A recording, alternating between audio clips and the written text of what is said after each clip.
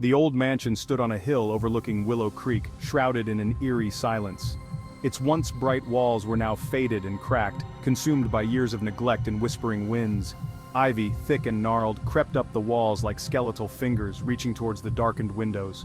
The whole place reeked of decay and forgotten memories. Locals told chilling tales of the mansion, each more disturbing than the last. They spoke of a malevolent presence that haunted its halls, a restless spirit forever bound to the estate. Children dared not go near it, their imaginations running wild with tales whispered by the wind. One stormy night, as thunder clapped and lightning split the sky, a lone figure approached the mansion. His name was Edward, and he was drawn to the house by a mysterious invitation, a faded piece of parchment that spoke of a family secret. Edward shivered, pulling his coat tighter against the biting wind. He paused at the foot of the stone steps leading to the front door, a strange sense of foreboding washing over him. He could almost hear whispers carried on the wind, urging him to turn back.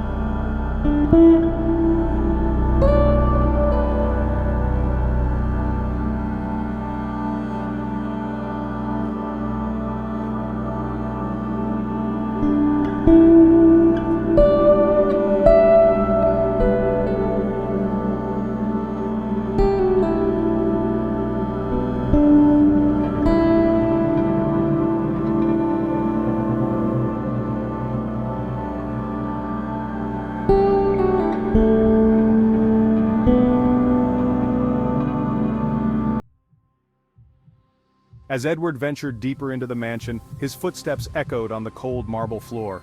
Each room he passed was a testament to a forgotten grandeur, high ceilings adorned with peeling frescoes, once luxurious furniture now rotting and covered in dust. The air grew colder, sending shivers down his spine. He heard the first whisper in the grand ballroom. It was a soft, mournful sound like silk rustling in the wind. The hairs on the back of his neck stood on end. He stopped, holding his breath, trying to identify the source of the sound. "Hello?" Edward's voice echoed in the vast emptiness, swallowed by the oppressive silence that followed. He strained his ears, but the whisper was gone. Had he imagined it? As he continued his exploration, the whispers returned, growing stronger, more insistent. They seemed to come from the walls themselves, whispering his name, beckoning him forward. He felt a presence following him, watching his every move. One night, as Edward lay in bed, trying to ignore the sounds of the house settling around him, he heard a soft melody drifting from the east wing. It was a haunting tune played on a piano, filled with longing and despair. He followed the sound to a room at the end of a long, dark hallway. The door creaked open to reveal a small music room, dimly lit by a single flickering candle. In the center of the room sat a beautiful grand piano, its keys shimmering in the candlelight. As Edward watched, a figure materialized on the piano bench, a woman in a flowing white gown. Her back was to him, but he could see her long dark hair cascading down her back. Her slender fingers danced over the keys, drawing forth the same mournful melody that had led him here. He tried to speak, but his voice caught in his throat. He took a step closer, his heart pounding in his chest. Who was she? And what was she doing in this abandoned house?